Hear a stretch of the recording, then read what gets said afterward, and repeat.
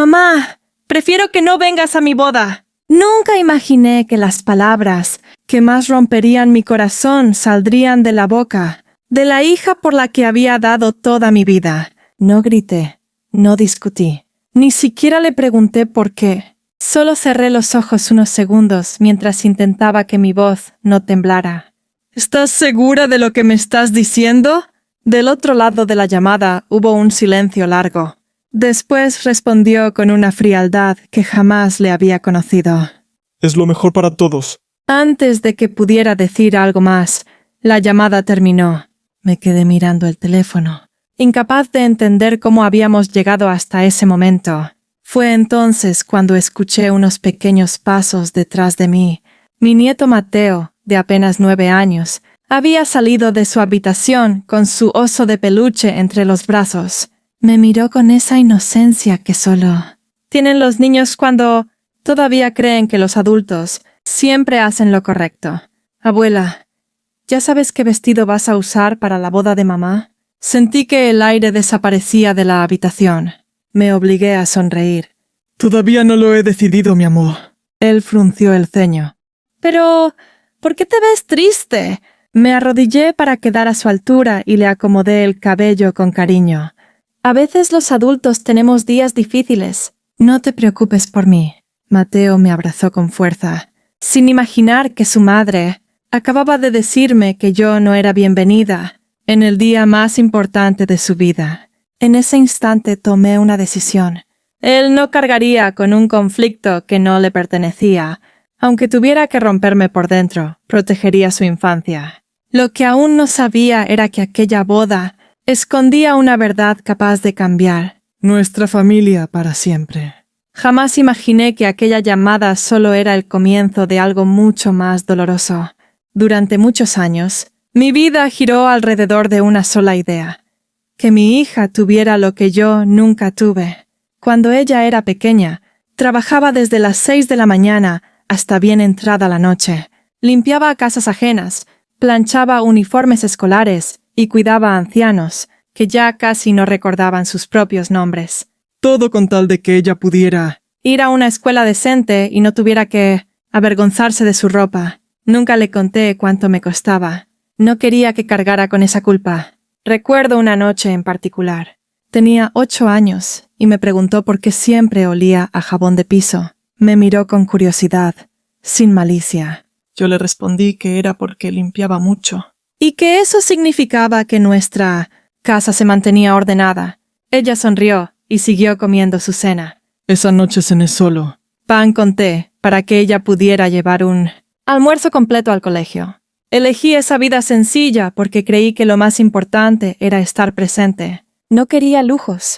Quería que mi hija supiera que siempre tendría a alguien esperándola cuando volviera de la escuela. Durante años fuimos muy cercanas. Ella me contaba todo.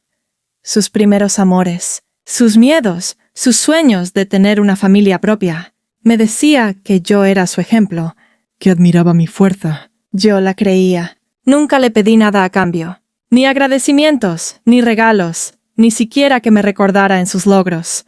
Solo quería que fuera feliz. Pero con el paso del tiempo, algo empezó a cambiar. Entonces comenzaron a aparecer pequeñas señales que yo decidí ignorar. Los primeros comentarios llegaron de forma sutil, casi como si fueran bromas. Una tarde, mientras tomábamos café en su departamento, mi hija miró mi blusa y dijo con una media sonrisa: «Mamá, ¿por qué siempre usas la misma ropa? Ya no estás en el barrio de antes». Yo sonreí y contesté que esa blusa todavía estaba en buen estado. Ella no insistió, pero su mirada quedó fija en mis zapatos gastados. Con el tiempo, esos comentarios se volvieron más frecuentes. Decía que debía arreglarme un poco más cuando salíamos juntas, que la gente notaba las diferencias. Al principio creí que era solo presión por la boda. Sin embargo, pronto noté que la influencia venía de otro lado. Su prometido Andrés nunca fue grosero conmigo de forma directa, pero sus comentarios eran constantes. Hablaba de ciertos círculos y de la importancia de mantener una imagen. Cada vez que yo visitaba a mi hija, él encontraba la forma de recordarme, sin decirlo abiertamente, que no encajaba. Yo intentaba mantener la calma. No quería discutir. Sabía que una reacción fuerte solo empeoraría las cosas. Mateo, mi nieto, también lo notaba. Una tarde, mientras jugábamos en la sala, me preguntó en voz baja: «Abuela, ¿por qué Andrés siempre te mira raro?» Le respondí que a veces los adultos tienen días complicados y que no debía preocuparse. Le pedí que siguiera jugando. No quería que cargara con tensiones que no le correspondían. Sin embargo, algo en esas miradas y en esos silencios me decía que no era solo mi imaginación. Lo que encontré unos días después confirmó que algo estaba cambiando. No fue mi hija quien me contó la fecha de su boda. La descubrí por casualidad, mientras revisaba las redes sociales después de cenar. Una fotografía apareció entre las publicaciones. Ella sonreía junto a Andrés, rodeada de flores y muestras de tela. Debajo de la imagen podía leerse: «Faltan 3 semanas para el gran día. No podríamos estar más felices». Sentí una mezcla de emoción y desconcierto. ¿3 semanas? Me quedé mirando la pantalla, esperando encontrar un mensaje suyo que explicara por qué no me había dicho nada. Pero no había ninguno. Al día siguiente, una vecina me detuvo cuando salía a comprar pan. ¡Qué emoción! Ya casi se casa tu hija. Debes estar feliz. Sonreí por educación. Sí. Todavía estamos viendo algunos detalles. Mentí. Ni siquiera sabía dónde sería la ceremonia. Esa misma tarde decidí llamarla. «Hija, vi la publicación. ¡Qué bonita noticia!» ¿Ya tienen todo listo? Hubo un breve silencio. Sí, casi todo. Esperé unos segundos, convencida de que me hablaría del lugar, de los preparativos o del vestido. Pero no dijo nada. Intenté darle otra oportunidad. «Cuando tengas tiempo, me gustaría ayudarte en lo que necesites». Su respuesta fue rápida. «No hace falta, mamá. Ya está todo organizado». Antes de despedirse, dijo que tenía otra llamada y colgó. Me quedé mirando el teléfono, intentando convencerme de que solo estaba estresada por los preparativos. Sin embargo, los días siguieron pasando. Las fotografías aumentaban. Los comentarios de familiares y amigos también. Todos parecían conocer detalles de la boda, excepto yo. Cada nueva publicación hacía más grande el vacío que sentía. Por primera vez en muchos años. Tuve miedo de que mi hija ya no quisiera que yo formara parte de su vida. Pensé que todo era un malentendido, hasta que decidí visitarla. 2 días después, preparé unas galletas de vainilla. Eran las favoritas de mi hija desde que era niña. Siempre decía que ningún postre comprado podía competir con ellas. Pensé que quizá una visita tranquila nos ayudaría a recuperar la cercanía que sentía perdida. Cuando llegó a abrir la puerta, sonrió por un instante, pero su expresión cambió enseguida. «Mamá, no sabía que vendrías. Quería darte una sorpresa. También pensé que tal vez necesitabas ayuda con los preparativos». Dudó unos segundos antes de dejarme pasar. El departamento estaba lleno de cajas, arreglos florales y muestras de decoración. Sobre la mesa había una pila de sobres color marfil con nombres escritos cuidadosamente. Era evidente que eran las invitaciones. Intenté no buscar la mía. Me concentré en dejar las galletas sobre la cocina. Las hice esta mañana. Pensé que te gustaría tener algo para descansar un rato. Ella me dio las gracias con una sonrisa breve, como si tuviera la cabeza en otra parte. En ese momento apareció Andrés. Me saludó con cortesía, pero su mirada recorrió mi ropa de arriba a abajo antes de estrecharme la mano. «Vaya, todavía prefieres lo sencillo, ¿verdad?», dijo con una sonrisa que sonó más a juicio que a cumplido. «Hoy en día la imagen dice mucho de las personas». Yo respondí con calma. «Lo importante es cómo tratamos a los demás». Él soltó una risa corta y cambió de tema. Mi hija bajó la mirada. No dijo una sola palabra. Mateo salió corriendo desde su habitación y me abrazó con fuerza. «¡Abuela! ¿Ya viste cómo quedó la decoración?» Antes de que pudiera responder, notó el silencio entre los adultos. Miró primero a su madre, luego a Andrés y finalmente a mí. ¿Pasó algo?, le acaricié el cabello. «No, mi amor. Los mayores solo estamos un poco cansados». No quería que sintiera el peso de una tensión que ni siquiera entendía. Al despedirme, caminé hacia la puerta mientras ellos se quedaban en la sala. Fue entonces cuando escuché unas voces detrás de mí. No distinguí toda la conversación. Solo alcancé a oír a Andrés decir: «Si va, la gente empezará a hacer preguntas». Mi hija respondió tan bajo que apenas pude entender unas pocas palabras. Solo quiero que todo salga perfecto. Seguí caminando sin volver la vista. No sabía exactamente de qué hablaban. Pero por primera vez dejé de pensar que todo era un simple malentendido. Aquella noche sonó mi teléfono. Esa noche el teléfono sonó cuando ya me estaba preparando para dormir. Vi el nombre de mi hija en la pantalla y sentí un pequeño alivio. Pensé que quizá quería disculparse por lo incómodo de la visita, o, al menos, aclarar el malentendido que llevaba días creciendo entre nosotras. Contesté enseguida. Hola, hija. Al otro lado hubo unos segundos de silencio. Después respiró hondo y habló con una voz que sonaba distante, como si hubiera ensayado cada palabra. «Mamá». Necesito pedirte algo. «Te escucho». «Prefiero que no vengas a la boda». No respondí de inmediato. Sentí un vacío en el pecho, pero hice todo lo posible por mantener la calma. ¿Puedo saber por qué? Volvió a guardar silencio. «Es un evento muy formal. La familia de Andrés cuida mucho la imagen. No quiero que nadie se sienta incómodo ni que empiecen los comentarios». Solo quiero que todo salga bien. Sus palabras dolían más porque intentaban sonar razonables. ¿De verdad crees que mi presencia puede arruinar tu felicidad? Pregunté con serenidad.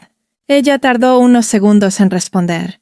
No quiero discutir, mamá. Espero que puedas entenderme. La llamada terminó sin un «te quiero» ni un «perdón».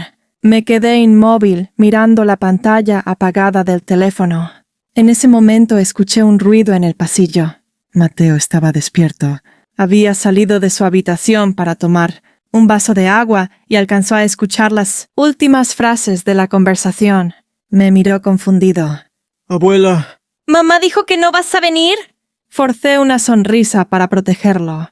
Los adultos todavía estamos organizando algunas cosas, campeón. No te preocupes por eso. Él bajó la cabeza. Pero una boda no es igual si falta la abuela. Lo abracé con fuerza. No quería que creciera pensando que el amor podía medirse por la ropa, el dinero o las apariencias. Sin embargo, en ese instante comprendí que algo entre mi hija y yo acababa de romperse. Y, aunque todavía no lo sabía, la verdadera razón de su decisión seguía oculta. Intenté seguir adelante, pero el destino tenía otros planes. Durante los días siguientes intenté ocupar mi mente con el trabajo. Me repetía que, aunque me doliera, debía respetar la decisión de mi hija. Pero una mañana, mientras barría la entrada de mi casa, el cartero llamó a la puerta. «¿Señora Elena?» «Sí». Me entregó un sobre color café. Parece que hubo un error con la dirección. «Venía para usted, pero pasó por otra sucursal antes de llegar».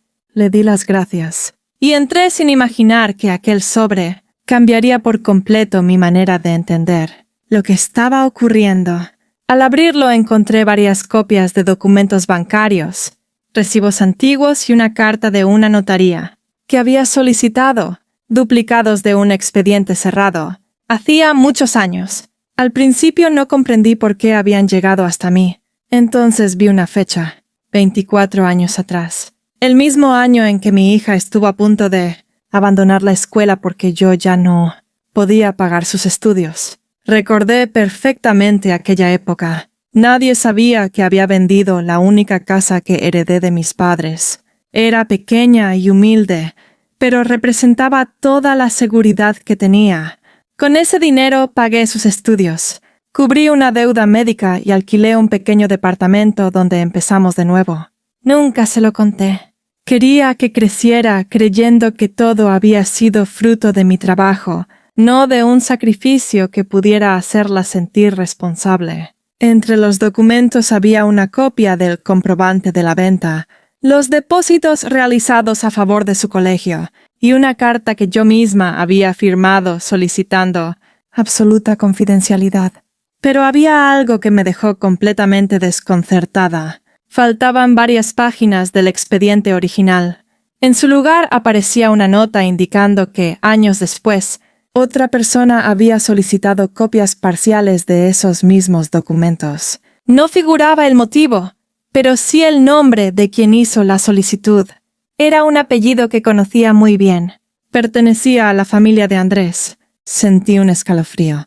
Si aquellos papeles habían pasado por sus manos, significaba que alguien conocía mi historia mucho antes que mi propia hija. Y, aún así, ella seguía creyendo que yo nunca había hecho nada importante por su futuro. Guardé el sobre con cuidado. Por primera vez dejé de pensar que todo era una simple cuestión de apariencias.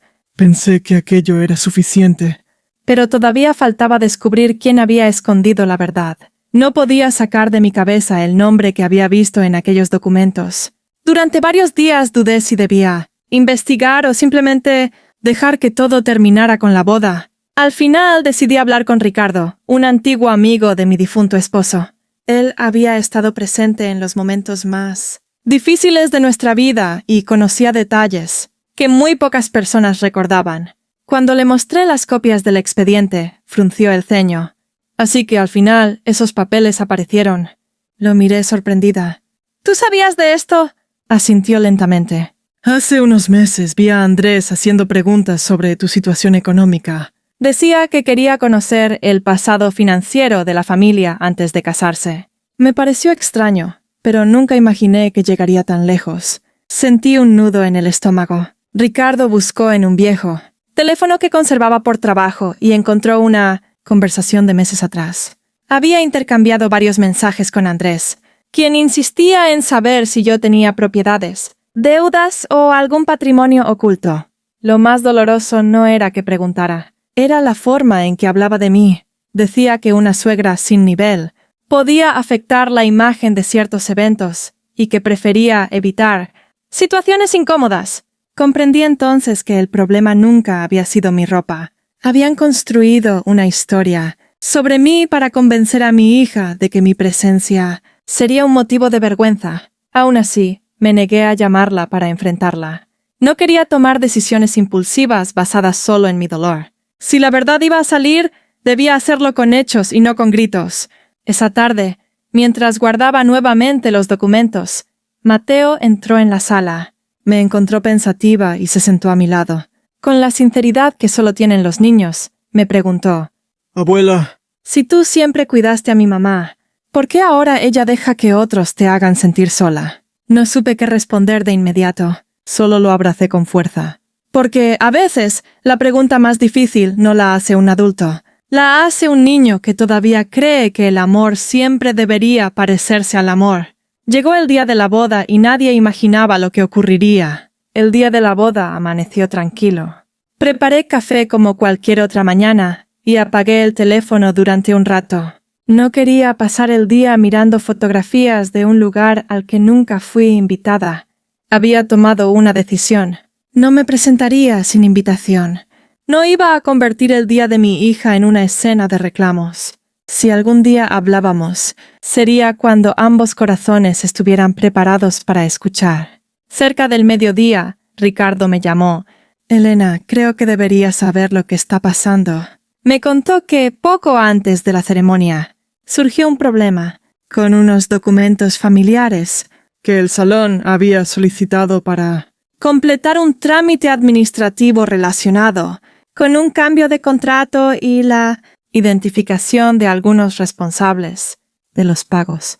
Mientras revisaban los archivos que la pareja había llevado, apareció una copia incompleta del antiguo expediente sobre la venta de mi casa. La madre de Andrés aseguró que esos papeles demostraban que yo nunca había tenido patrimonio y que siempre había dependido de los demás. Pero uno de los familiares presentes reconoció la documentación. «Eso no está completo», dijo al revisar las hojas. «Aquí faltan páginas importantes». En ese momento, Ricardo entregó las copias que yo había recibido días antes. Las fechas coincidían. «Los recibos también». Quedó claro que yo había vendido mi única propiedad para pagar los estudios de mi hija y darle una oportunidad que de otro modo habría perdido. El salón quedó en silencio. Mi hija tomó los documentos con las manos temblando. Los leyó una y otra vez. Después miró a Andrés. ¿Tú sabías todo esto? Él intentó restarle importancia. No era relevante. Lo importante era el presente. Pero nadie pareció convencido. Varias personas comenzaron a preguntarle ¿por qué había ocultado parte de la información y por qué. Insistió durante meses en describirme como una mujer que nunca había hecho nada por su familia. Por primera vez desde que empezó toda aquella historia, mi hija dejó de mirar hacia mí con dudas. Comenzó a mirar hacia él. Y en esa diferencia estaba naciendo una verdad imposible de ignorar. Horas después recibí una llamada que jamás olvidaré. Esa llamada llegó cuando el sol ya comenzaba a ocultarse. Miré la pantalla del teléfono durante unos segundos antes de contestar. Era mi hija. No habló de inmediato. Lo único que escuché fue su respiración entrecortada. Después rompió en llanto. «Mamá, perdóname». Cerré los ojos, pero permanecí en silencio. No quería apresurar una conversación que había tardado tanto en llegar. Hoy vi los documentos completos. Continuó. Ricardo me explicó todo. Yo no sabía que vendiste la casa de los abuelos para que pudieras seguir estudiando. Su voz se quebró. Nunca me lo dijiste. Respondí con calma. Porque no quería que sintieras que me debías algo. Eres mi hija. Lo hice porque te amaba. Del otro lado volvió a llorar. Andrés me dijo durante meses que tú nunca habías querido superarte. Que te conformabas con ser pobre y que la gente nos juzgaría si estabas en la boda. Poco a poco empecé a creerle. Dejé que sus palabras fueran más fuertes que mis propios recuerdos. Cada frase era una herida, pero también una verdad que por fin salía a la luz. En ese momento escuché otra voz. ¡Abuela! Era Mateo. Había tomado el teléfono. Mamá está llorando mucho. ¿Puedes venir a verla? Sentí un nudo en la garganta. No ahora, mi amor. Primero tu mamá y yo tenemos que hablar con calma. Solo quería decirte que yo sí quería que estuvieras en la boda. No pude contener las lágrimas. A través del auricular escuché cómo él abrazaba a su madre y le decía: «Las abuelas no dan vergüenza, dan abrazos». Hubo un largo silencio. Finalmente, mi hija volvió a hablar. No sé si algún día podrás perdonarme, pero necesito demostrarte que entendí el daño que te hice. Ya no quiero seguir viviendo una vida basada en las apariencias. Aquellas palabras no borraban el dolor, pero eran el primer paso para enfrentar la verdad con honestidad. Perdonar era mucho más difícil de lo que imaginaba. Los días que siguieron fueron difíciles para todos. Mi hija canceló temporalmente los planes de la boda. No fue una decisión impulsiva ni tomada por orgullo. Me contó que necesitaba entender en qué momento había dejado de confiar en su propia familia para creer más en las opiniones de quienes apenas llevaban unos años en su vida. La noticia sorprendió a familiares y amigos. Algunos intentaron convencerla de seguir adelante como si nada hubiera pasado.